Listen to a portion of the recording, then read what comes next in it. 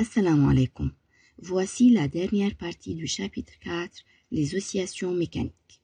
À la fin de cette partie, vous serez capable de définir les oscillations entretenues. Tout d'abord, rappelons-nous que les oscillations mécaniques libres peuvent être amorties ou non amorties. Dans une oscillation libre non amortie, l'amplitude et l'énergie mécanique sont constantes et les caractéristiques d'une oscillation libre non amortie sont la période propre, la fréquence propre et l'amplitude constante. Alors, c'est quoi une oscillation amortie? Un oscillateur ou pendule est dit amorti lorsqu'il effectue des oscillations dont l'amplitude diminue avec le temps. L'énergie mécanique de l'oscillateur amorti diminue à cause de l'existence du frottement. Pratiquement, tous les oscillateurs de la vie réelle sont plus ou moins amortis en raison du frottement. Si l'amortissement est faible, les oscillations sont dites pseudo-périodiques. Ce mouvement est caractérisé par, premièrement, la période T, appelée pseudo-période. Cette pseudo-période est toujours supérieure à la période propre du pendule et elle a une valeur constante. Deuxièmement, la pseudo-fréquence F.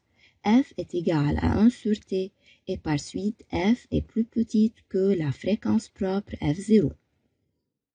Troisièmement, la pseudo-pulsation oméga.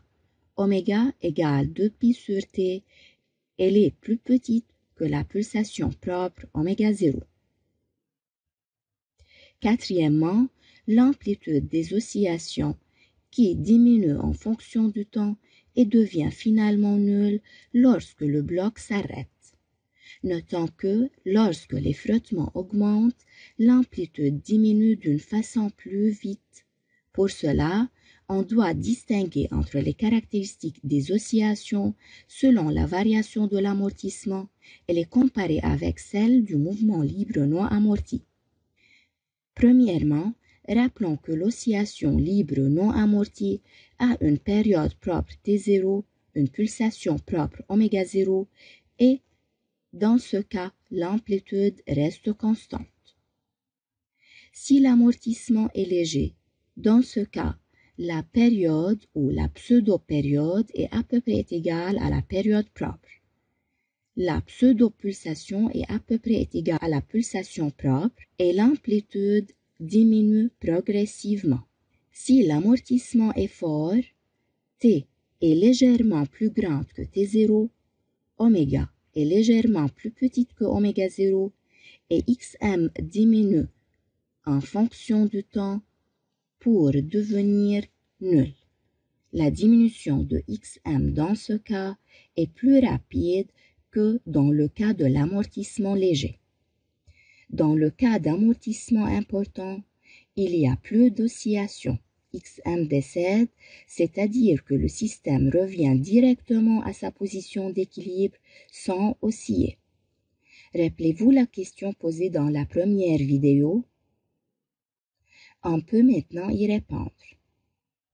Dans les voitures, il y a des amortisseurs qui les transforment en oscillateurs harmoniques amortis et les empêchent de continuer à rebondir de haut en bas après chaque bosse ou trou dans un pneu. Pour cela, la sensation de confort est différente d'une voiture à une autre et apparaît spécialement entre voitures modernes et voitures anciennes. Alors, selon votre avis, de quel type d'amortissement devraient être les oscillations de l'amortisseur d'une voiture? Amortissement léger, amortissement fort ou amortissement important? Bien sûr, amortissement important, puisque lorsque l'amortissement augmente, les oscillations disparaissent plus rapidement. Application 1. Le document ci-contre représente la variation de l'abscisse X du centre de masse G du solide d'un pendule élastique horizontal.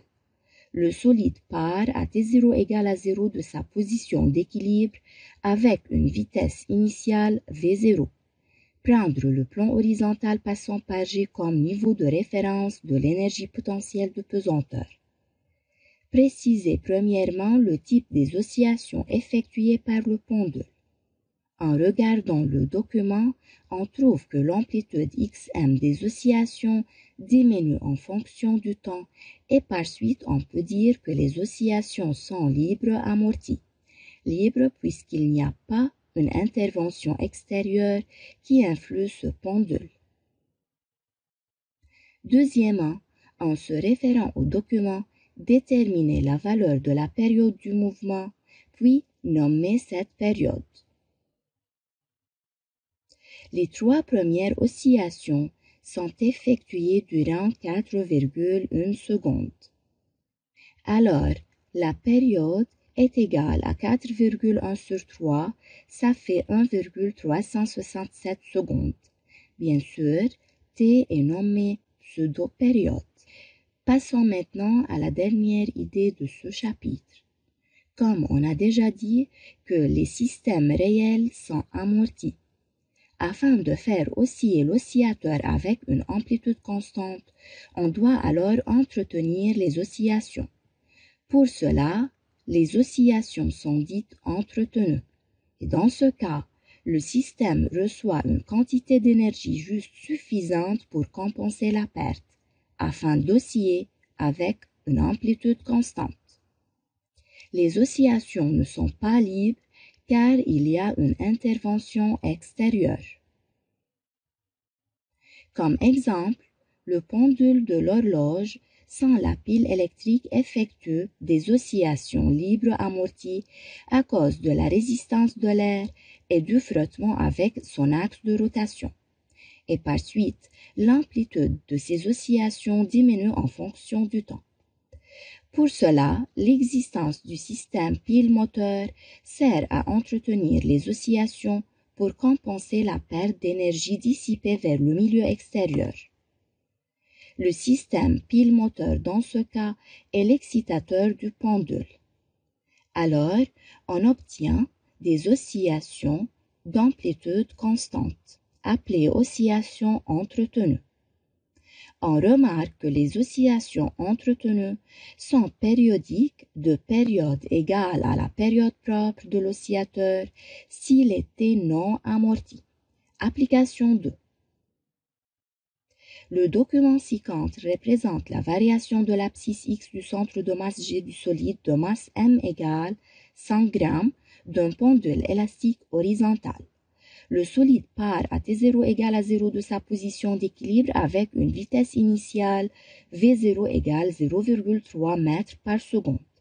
Prendre le plan horizontal passant par G comme niveau de référence de l'énergie potentielle de pesanteur en donne T égale 1,37 secondes, la pseudo-période.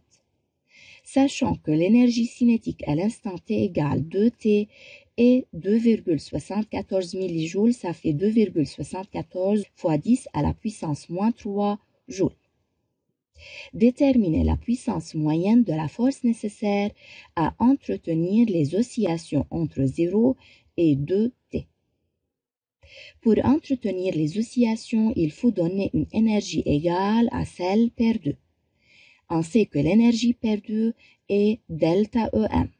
Alors, la puissance moyenne est égale à la valeur absolue de delta EM par delta T. On sait que EM à T égale à 0 est égal à l'énergie cinétique à T égale à 0 plus l'énergie potentielle élastique à T égale à 0. EPE 0 est égal à 0 puisque le solide part de la position d'équilibre à cet instant. Alors, l'énergie mécanique à T égale à 0 est égale tout simplement à 1 demi M V0 au carré. Remplaçons M et V par leur valeur, on obtient EM0 est égal 0,0045 joules. Alors, la puissance moyenne est égale à la valeur absolue de EM à 2T moins EM à T égale à 0 sur delta T. Delta T est égal à 2 fois la période. Donc, la puissance moyenne est égale finalement à 0,64 fois 10 à la puissance moins 3 watts. Comme résumé, les oscillations mécaniques peuvent être libres, entretenues ou forcées. Les oscillations mécaniques libres peuvent être amorties ou non amorties. Une oscillation est caractérisée par sa période, sa fréquence et son amplitude. La nature des oscillations effectuées par un oscillateur non amorti est harmonique simple. L'équation différentielle de mouvement harmonique simple est x seconde plus k sur mx est égal à 0. L'équation horaire est x est égal xm sinus oméga 0 t plus phi ou x est égal xm cosinus oméga 0 t plus phi. La pulsation propre oméga 0 est égale radical k sur m et la période propre t0 est égale 2 pi radical m sur k. Lors des oscillations libres non amorties, l'énergie mécanique est constante et les énergies cinétiques et potentielles élastiques se transforment constamment l'une à l'autre. La période des énergies est égale à la moitié de celle des oscillations. Lors des oscillations libres amorties, les forces de frottement entraînent une dissipation d'énergie mécanique par transfert thermique. Les oscillations pseudo-périodiques sont caractérisées par la pseudo-période T plus grande que T0, la pseudo-fréquence F plus petite que F0 et l'amplitude qui diminue en fonction du temps. Finalement, lors des oscillations entretenues, l'amplitude reste constante grâce à un apport extérieur d'énergie. C'est la fin de ce chapitre. Merci pour votre attention.